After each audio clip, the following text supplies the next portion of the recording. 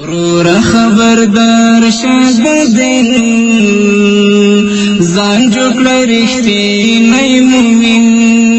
ورور خبردار قدرمنو اوریدونکو ستاسو پام راوړو د الحاج مولوي محمد یاسین فهیم صاحب د شرعي پوښتنو ځوابونو ته په همدې هیله چې دا خپرونه تر پایه پورې واورئ. زده کړه د اسلام لو فرض نه زده کړه د اسلام لو فرض نور کړه د تلا بس فزین ځان جوړ بسم الله الرحمن الرحيم. الحمد لله رب العالمين حمد الشاكرين، الصلاة والسلام على سيد الأنبياء والمرسلين سيدنا ونبينا وشفيعنا ومولانا محمد وعلى آله وأصحابه الطيبين الطاهرين. قدرمن اوریدونکو د رښتیني مومن د خپرونې مینوالو السلام علیکم ورحمة الله وبرکاته. ستاسو روغتیا او خوشحالي د پاک رب نه غواړم په دې هیله چې د صحت او عافیت جامې په تن ولرئ او خوشحالي مو په برخه وي. دا دی زه محمد یاسین فهیم د رښتیني مومن خپرونه پیلوم. رابه شو ستاسو پیغامونه به واورو چې زموږ ورونو د کوم ځای نه پیغامونه پرېښي او څه پوښتنې لري. نو لومړنی پیغام به واورو. السلام علیکم محترم مولوي صاحب ته دا پیغام دی چې دغه سړی ووایي چې حاضر حضور خدایه نیت سړی کړي حاضر حضور خدایه دغه چې اوس ثواب شته ګناه شته دغه چې موږ ته ووایي زموږ په اوس په خوله کې ګډۍ دي ملایانو مخکې چې ما ته لمونځ راښوی نو ما دغه ویله چې حاضر حضور خدایه او ملایان بعضې اوس وایي چې وایي دا څوک نه وایي دغه ګناه لري نو دا مسله سره حل کې نه ډېره مهرباني وکړي مولوي. په اصل کې نیت قصد قلبي ته ویل کیږي چې یو سړی په خپل زړه کې قصد وکړي چې زه به دا 4 رکعته مونځ فرض یا سنت په دې وخت ادا کوم اقتدا به د امام پسې کوم دا کفایت کوي. حتی زموږ ځینې فقهاو دا مسله انشاءالله بحر الرایق لیکلې ده هغه ویلي دي چې نیت په ژبه باندې بدعت دی خو ځینې نورو فقها ویلي دي چې دا موافقت د لسان د قلب سره مشکل پکې نشته دی خو چې قصدي قلب وشي هغه نیت یا قصد چې په زړه کې وشي هغه ډېر بهتره دی. زموږ ځینې ورونه دي چې کله مانځه ته راشي نو نیت مې وکړه په دې کې سات تیر کې تکبیر تحریم هم تېتلی رکوع هم تېتلي سجده هم تېتلي وي نو مسلې دې ته ضرورت نشته چې حضور تاسو په نیت کې یاد کړئ هغه قلبي قصد چې تاسو وکړئ د هر شي لپاره کفایت کوي. بل پیغام وواورو. السلام علیکم مهربان یم چې جوړ خوشحال وفي محترم عظیم مولوي محمد یاسین فهیم ته سلامونه او نیکې هیلې وړاندې کوم. هیله ده چې زموږ سلامونه او نیکې هیلې ومني. هیله ده چې جوړ روغ او خوشحاله واوسئ. محترم مولوي صاحب زموږ پوښتنه داسې ده که د سړي پر یو چا باندې پیسې باندې وي او د هغه پیسې حرامې وي نو هغه د خپل پور په شکل سره ورسره اړ کړي که چیرې مخکې تر دې څخه چې دی خبر شي چې د هغه پیسې حرامې وي هغه پور ورکړی وي نو پوښتنې هیله ده چې پوښتنې ته مو جواب راکړئ. ستاسو د دعا په هیله یم مننه ده. نه صبرېږي بېلته د پتا باندې شیدا د خپل نقاره زړه ته مې ډاډ څنګه ورکړم و نبي سلطانه کومه پیسې چې تا ورکړي دا ستا حق دی او په هغه باندې دا لازم او واجب ده چې ستا حق تا ته در وسپاري. که یو سړی په دې باندې پوهیږي چې د فلاني سړي سرمایه او دارایي ټوله حرامه ده د نامشهور لارې نه هغه لاسته راځي کومې پیسې چې دا لري دا هم حرامې دي یا د سود دي یا د غصب دي یا د رشوت دي یا په ناروا طریقو یې لاسته راوړي داسې کس سره باید مسلمان اصلا معامله ونه کړي خو بیا هم که خبر نه و او دې ورسره معامله وکړه څه پیسې ورکړې اوس چې بیرته اخلي ځینې زموږ فقهاو او معاصرو فتواو لیکلي چې دې دپاره پکې کم باک نشته دی اگر که بهتره خبره دا ده چې داسې انسان نه په هر وخت کې ځان وساتي. بل پیغام به واورو. زه محمد یعقوب آغا د لښکرګاه څخه پوښتنه کوم د مولوي یاسین صاحب څخه چې اختر خو 3 ورځې د لوی اختر پر ورځ هم اختر ایسېږي په دویمه سېږي په درېیمه هم سېږي که چیرې یو سړی مرغومی د یوه کال پیدا کړي چې پر ورځ د اختر کال نه یې پوره او په دویمه ورځ یې کال پوره کېږي آیا دا اختر کېږي که نه کېږي؟ والسلام.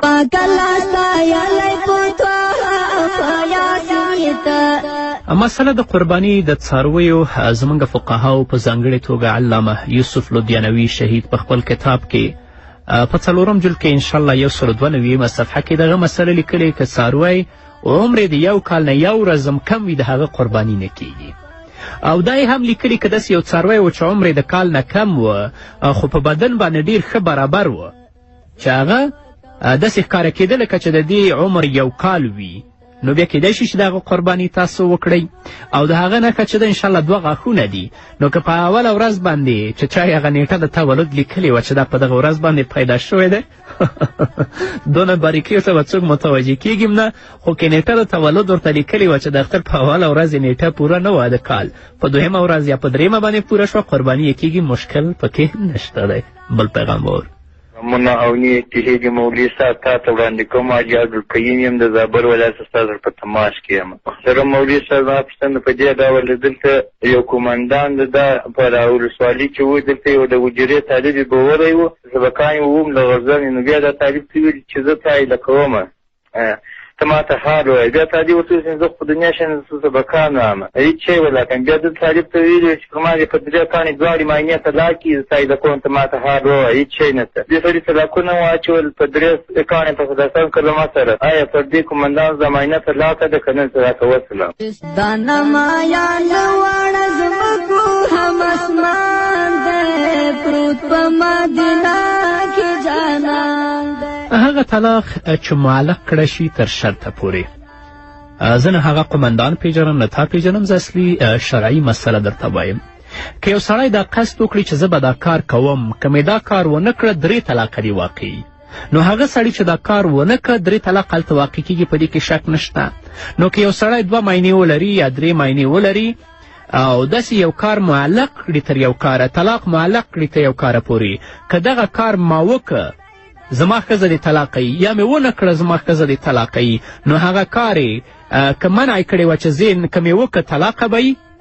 نو چې ویې نه که طلاقه دی، چې ویې که طلاقه دی. او که داسې ویلې چې ومې نه که طلاقه به یي، نو چې ویې نه که بیا به طلاقه یي. نو چې طلاق معلق شي تر شرطه پورې چې په وجود د شر کې دلته مشروط طلاق راتلونکی دی، طلاق واقع کېږي. بل پیغام واورو. شریف د کندهار ولایت څخه وتاج ته پیغام پرېږدم. زما د محترم مولوي صاحب څخه 2 پوښتنې دي. اوله پوښتنه مې دا ده، په اوداسه کې سماحي باید کلمې وویل سي، او که په سر کې د بسم الله په پای کې د شهادت کلمه، او د اوداسه کې د غاړې مسح څه رقم ده. دویمه پوښتنه د ښځو تازګي پر بله غاړه باندې خلک سړکان هم دي، خلک په چیرېږي، نر او ښځې ټوله په چیرېږي دا سړکان. نو دلته خلک اودس تازه کوي، اول خامخا استنجا وایي. دلته داسې د پرجې ځای هم نشته، بعضې دغسې لږ کښېني استنجا وایي، نو د استنجا ضرورت شته او که نه؟ مونږ امتیان یو ګران پاک سبحان دی زر ساده. مسله د اوداسه او د اوداسه د ذکرونو تسمیه او بسم الله الرحمن الرحیم ویل د اوداسه په اول کې د سنت دی. حتی امام شافعی رحمه الله فرمایي که چا د اوداسه په شروع کې تسمیه او بسم الله الرحمن الرحیم ونه ویل، د هغه اودس نه کېږي، لا وضوء لمن لم یسمه. لکن د امام ابو حنیفه رحمه الله مسلک دا دی چې بسم الله الرحمن الرحیم ویل د اوداسه په ابتدا او د اوداسه په شروع کې د سنت دی. او هغه نور اذکار چې د هر اندام په مینځلو کې ویل کېږي، هغه زموږ د فقه کتابونو په ځانګړې توګه د نور الایضاح حواشیو را نقل کړي دي. او د شهادت کلمه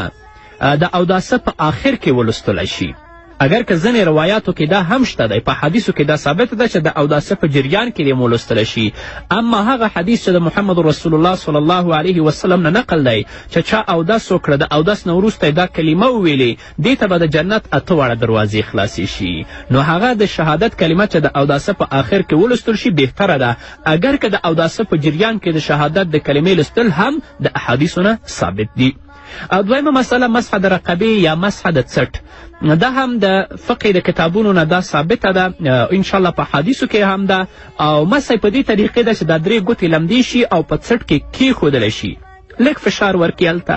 اما د 2 لاسونو ګوتې نیول او هغه په غاړې باندې لاندې راکش کول، دې ته زموږ فقهاو بدعت ویلي. کولی شي چې رد المختار تاسې باب السنن الوضو په دې کې چې هغه مسح رقبه یې را نقل کړې ویې ګورئ. او مسئلې د استنجا په ځینې ځایونو کې استنجا سنت او په ځینې ځایونو کې درجه د فرض ته رسیږي. په هغه ځای کې چې سنت نو هلته خلک ګوري ترک د فرض راځي، نو بهتر دا ده چې استنجا ونه شي. بل پیغام به واورو. محترم مولوي صاحب السلام علیکم ورحمة الله وبرکاته. په دغه باره مې یو پوښتنه درته کوله، دا د لمانځه په ښین کې دا د مستریانو او مستریانو شاګردان په داسې ناوړه جامو کې راځي او مسجد ته ورځي، هغه هېڅ دې امکان نه لري سړی دې په څنګ ورسره ودرېږي، د دغو کالو باندې لمونځونه صحیح کېږي او که نه صحیح کېږي.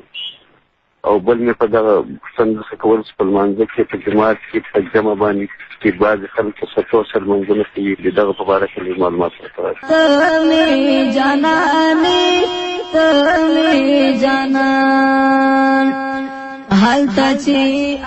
مونځ الله سره ملاقات دی. حتی زمونږ د اصول فقه علما لیکي که یو انسان قسم وخوري چې زه به الله سره خبرې کوم، هغه لاړ شي الله سره خبرې نشي کولی او داسې وکړي 2 رکعته مونځ وکړي، په قسم کې د حانس کېږي نه. نو الله ته باید په ډیره پاکه جامه کې، په ډیره ستره جامه کې، په ډیره نظیفه جامه کې الله ته باید ودرېږو او د خپل راز او نیاز الله سره شریک کړو. خو بیا هم که زموږ ورونو څه مشکل درلوده، په دوکان کې پاکه جامه نه درلودله یا دومره وخت دې لپاره نه و مونځ ترې نه قضا کېده، هغه د مستریتوب جامه چې د دې په ځان ده، که په هغې باندې مانځه ته ودرېږي مونځ یې کیږي، خو په هغې جامه باید جومات ته لاړ نه شي چې د جومات کې درېږي او تر څنګ یې څوک ولاړي، دې نه د ګیریسو او د موبلینو موی وځي. همدارنګه یا د جومات فرش او د جومات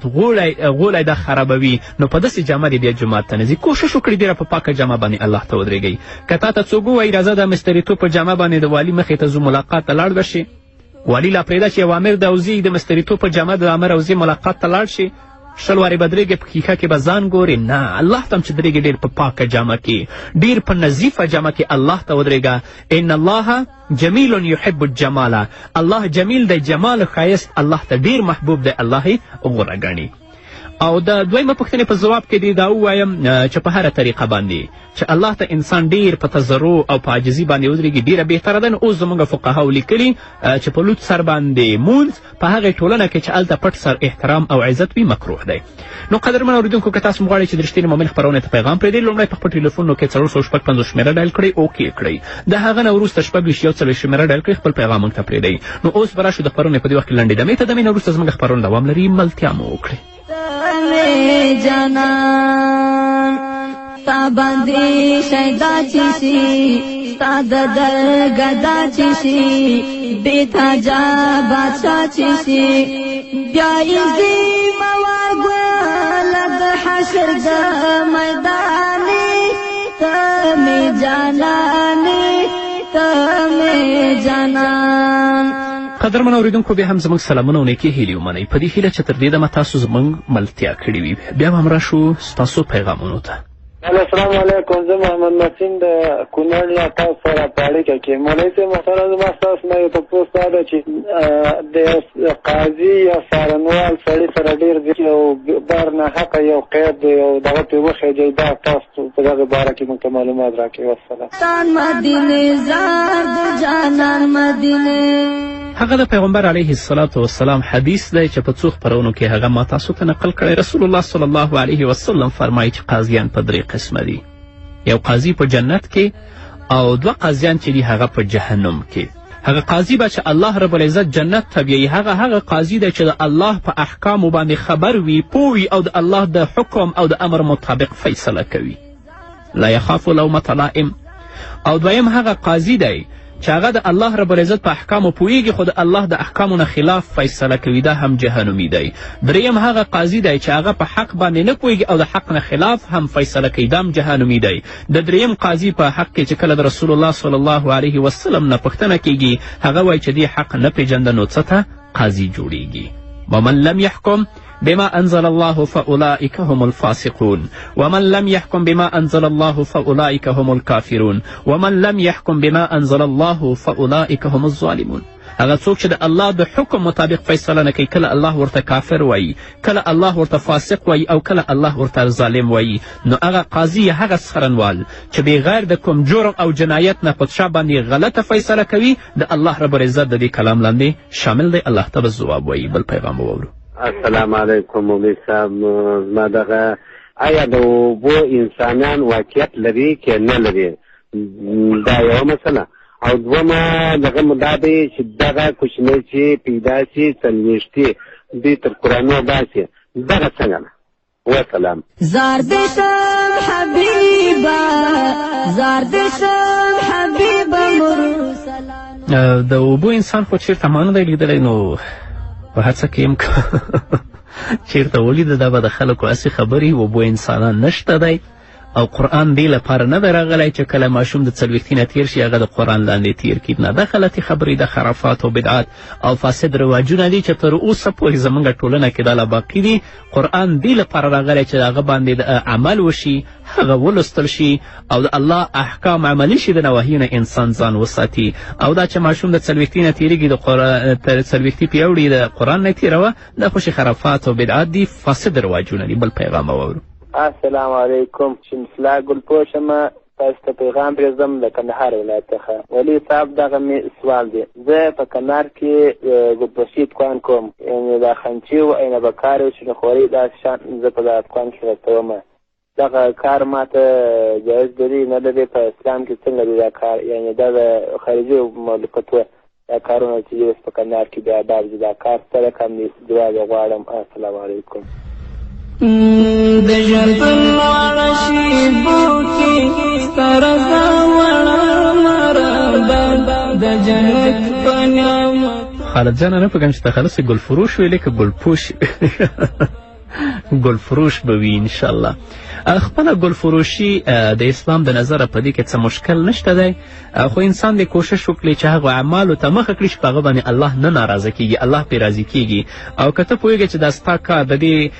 د الله رب العزت د نارضاتیا او د غضب سبب ګرځي نو بیا دا کار تا لپاره هم حرام دی مطلق ګلفروشي د اسلام د نظره په دې کې څه مشکل نشته بل پیغام واوره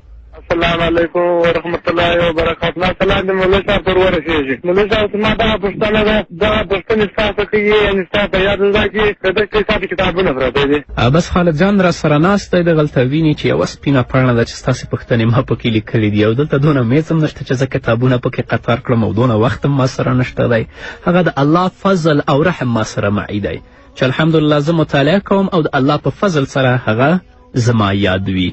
نو نن ورځ هم د ستاسو په هغو کې حوالې نشته دی کنې ټولې الحمدلله راته یادې دي بیا به هم درته وایم بل پیغام به واورو السلام علیکم ورحمت الله وبرکاتہ